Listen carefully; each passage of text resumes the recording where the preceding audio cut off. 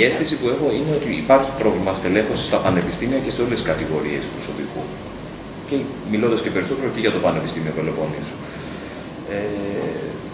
Εύχομαι πραγματικά να δοθεί μια τελική λύση στο θέμα αυτό, που να είναι η καλύτερη για τους ανθρώπους που εδώ και περίπου 1,5 χρόνο βρίσκονται σε αυτή την κατάσταση, που δεν ξέρουν ακριβώς ποιο είναι το μέλλον τους στη συνέχεια. Βρίσκονται σε κατάσταση διαθεσιμότητας, σε κατάσταση κινητικότητας κτλ.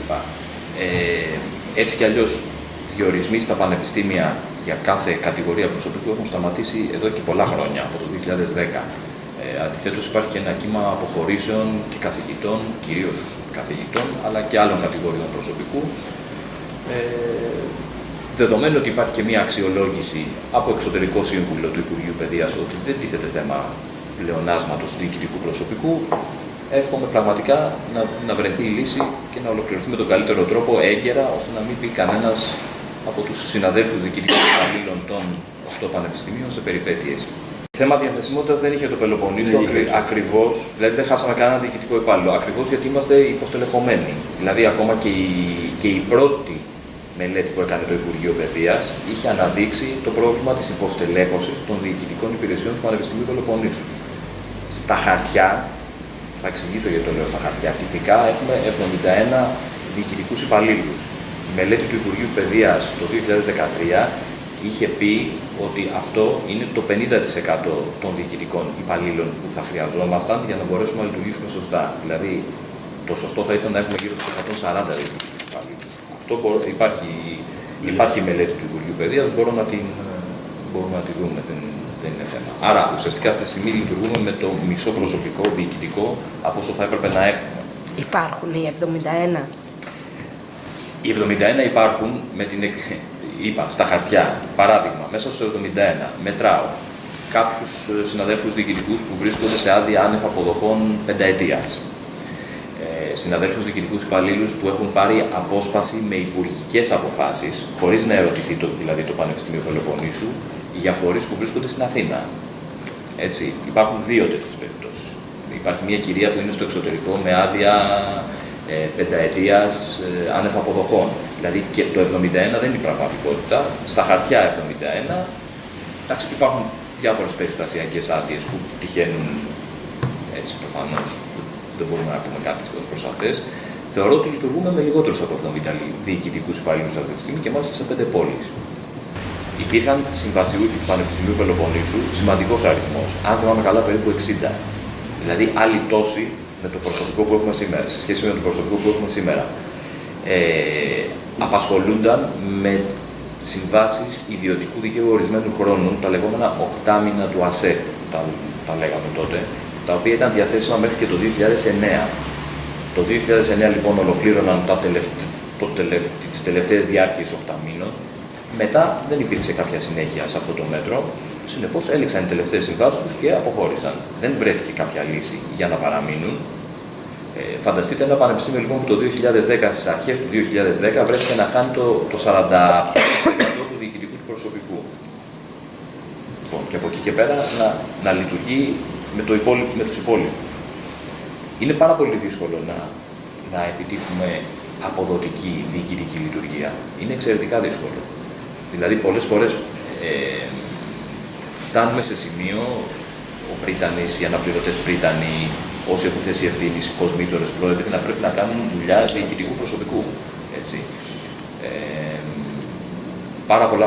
Απλά δεν υπάρχει το προσωπικό. Εγώ θα φέρω τώρα ένα παράδειγμα διοικητικής δυσλειτουργίας που αντιμετωπίζουμε και το αντιμετωπίζουν βέβαια και άλλα πανεπιστήμια. Το θέμα της ολοκλήρωσης των διαδικασιών προμηθειών και διαγωνισμών.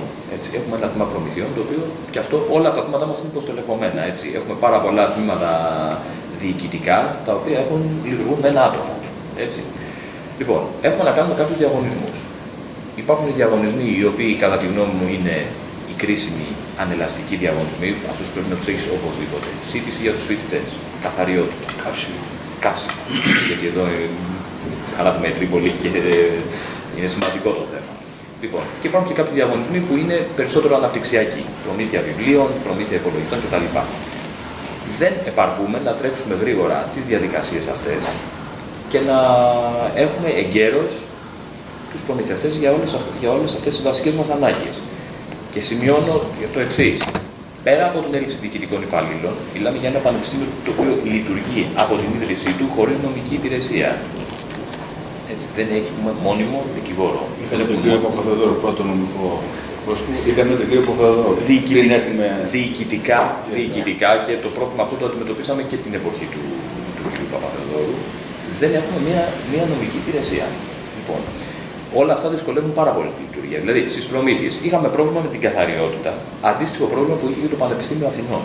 Έτσι. Δηλαδή, δεν είχε ολοκληρωθεί ο διαγωνισμός της καθαριότητας, είχαμε κενό στην παροχή καθαριότητας και γεμίσαμε σκουπίδια παντού. Και στην Βρυτανία και στα κτίρια παντού. Όλα αυτά τα προβλήματα δεν είναι εξαιτίας της υποχρηματοδότησης του Πανεπιστημίου, είναι για δύο λόγους. Ο ένας είναι ότι διοικητικά δεν μπορούμε να τρέξουμε γρήγορα τις διαδικασίες, κάνουμε ό,τι καλύτερο μπορούμε, αλλά δεν μπορούμε να το διαχειριστούμε. Το δεύτερο είναι ότι πλέον επειδή η αγορά είναι πιο δύσκολη, εμφανίζονται περισσότεροι ανάδοχοι σε διαδικασίες διαγωνισμών. Δυστυχώς η αλλαγή στο πλαίσιο των μεταγραφών δεν ήταν καλή για το Πανεπιστήμιο Πελοποννήσου. Υπήρξε μεγάλο ποσοστό φοιτητών που ζήτησαν να φύγουν προς αντίστοιχα τμήματα σε άλλες περιοχές. Παρ' όλα αυτά όμως κάναμε αρκετή προσπάθεια με τον Υπουργό Παιδείας, ο οποίος δεσμεύτηκε ότι θα το ξαναλλάξει το πλαίσιο των μεταγραφών. Και αυτό το ζητήσαμε και τα περιφερειακά πανεπιστήμια, που είχαμε το πρόβλημα της διαρροής, αλλά το ζητάνε και τα κεντρικά πανεπιστήμια, τα οποία δεν μπορούν να τους υποστηρίξουν. Δηλαδή αυτό είναι πρόβλημα και στις δύο πλευρές.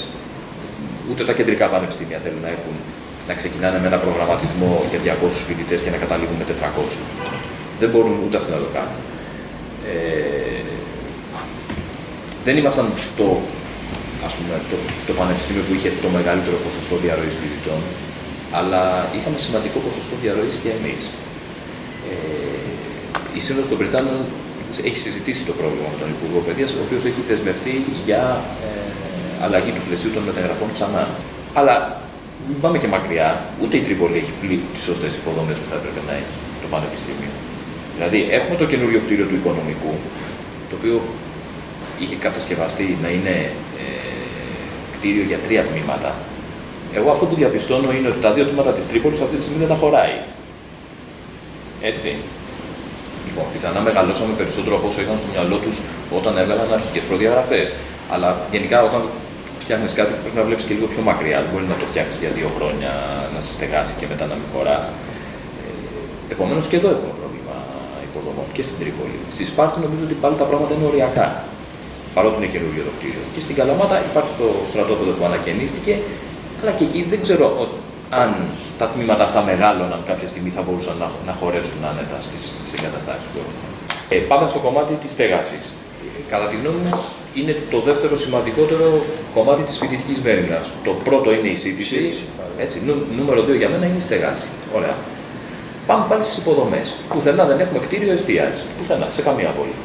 Αυτή είναι η αλήθεια. Στο Ναύπλιο είχαμε μπει στη διαδικασία και νοικιάζαμε κάποια χρόνια κάποια λίγα δωμάτια σε ξενοδοχείο εκτός Ναυπλίου, νομίζω στο Τολό, για να διευκολύνονται οι φοιτητές. Εκεί αντιμετώπιζαν πρόβλημα να βρουν οι φοιτητές να νοικιάσουν μέσα στο Ναύπλιο. Πάντα διαμαρτύρονταν ότι δεν βρίσκουν εύκολα σπίτια κτλ. Μπορούσαμε να στεγάσουμε με διαγωνισμό κανονικά, νοικιάζαμε χώρους σε ξενοδοχείο. Νομίζω ότι μπορούσαμε να στεγάσουμε 20 φοιτητές ή αυτή την τάξη μεγέθους.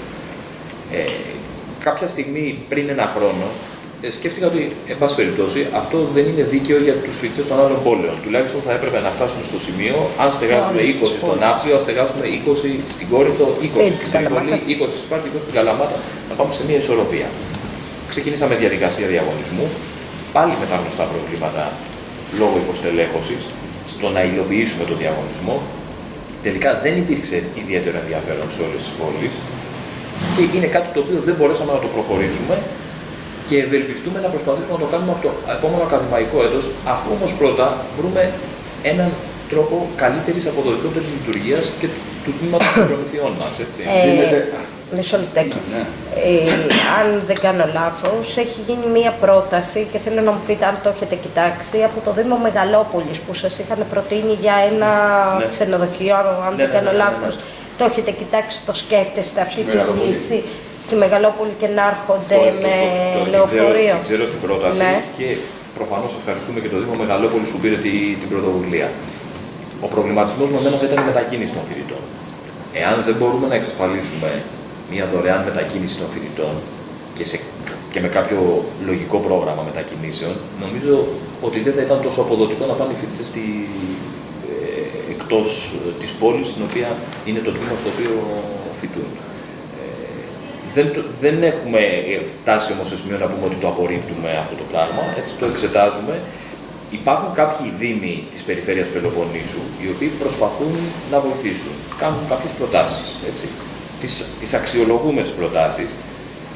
Όμως για μένα πρέπει να γίνει κάτι που ίσως δεν είχε γίνει πολύ τα προηγούμενα χρόνια. Πρέπει να συζητήσει το Πανεπιστήμιο Πελοποννήσου το ίδιο για το στρατηγικό του σχέδιο. Δηλαδή να πει, τα επόμενα, σε ένα ορίζοντα πενταετίας, θέλω να έχω αυτή τη μορφή. Δηλαδή, να δούμε πού πάνε οι προτεραιότητες. Δεν έχουμε τους οικονομικούς πόρους να πούμε ότι αυτή τη στιγμή θα χτίσουμε 5 εστίες. Είναι δεδομένο. Ούτε ότι θα φτιάξουμε τις υποδομές σε όλες τις πόλεις. Δεν τα έχουμε.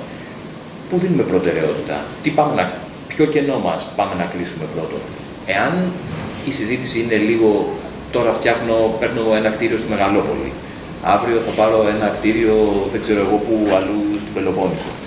Δεν θα βγάλουμε άκρη. Πρέπει να πούμε, σε 5 χρόνια θα φτιάξουμε 1, 2, 3 πράγματα.